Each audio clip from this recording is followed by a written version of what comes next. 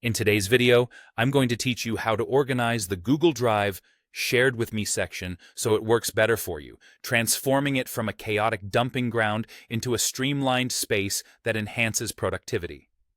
If you often find this section a bit overwhelming, you're not alone. Many users struggle to keep track of the numerous files shared with them.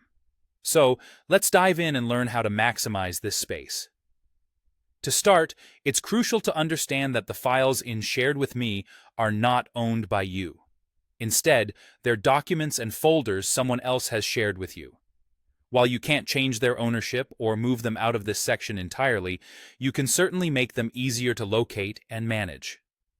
One of the most effective ways to do this is by adding shortcuts. When you right-click a file or folder in Shared With Me, you'll see the option to Add Shortcut to Drive. If you're using an older interface, it might say, Add to my drive. By doing this, you're not relocating the file itself, but rather creating a convenient pathway to it in your own folder structure within my drive.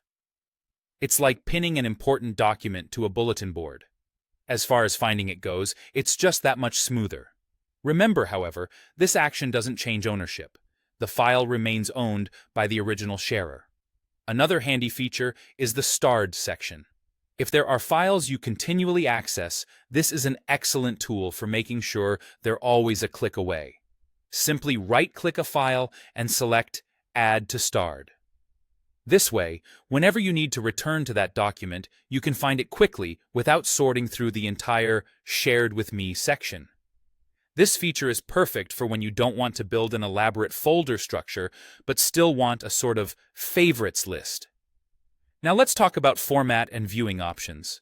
In Shared With Me, you can toggle between list and grid views, depending on your preference.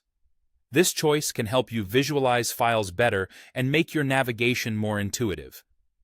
Additionally, you can sort by parameters like name or last modified. While this doesn't let you manually reorganize files as you would in My Drive, it offers some control over how information is presented. Implementing these strategies will not only enhance your organizational capability, but also reduce the time spent searching for files. Try incorporating these tips into your routine and watch your workflow become more efficient. That's all for today. Thanks for watching and happy organizing.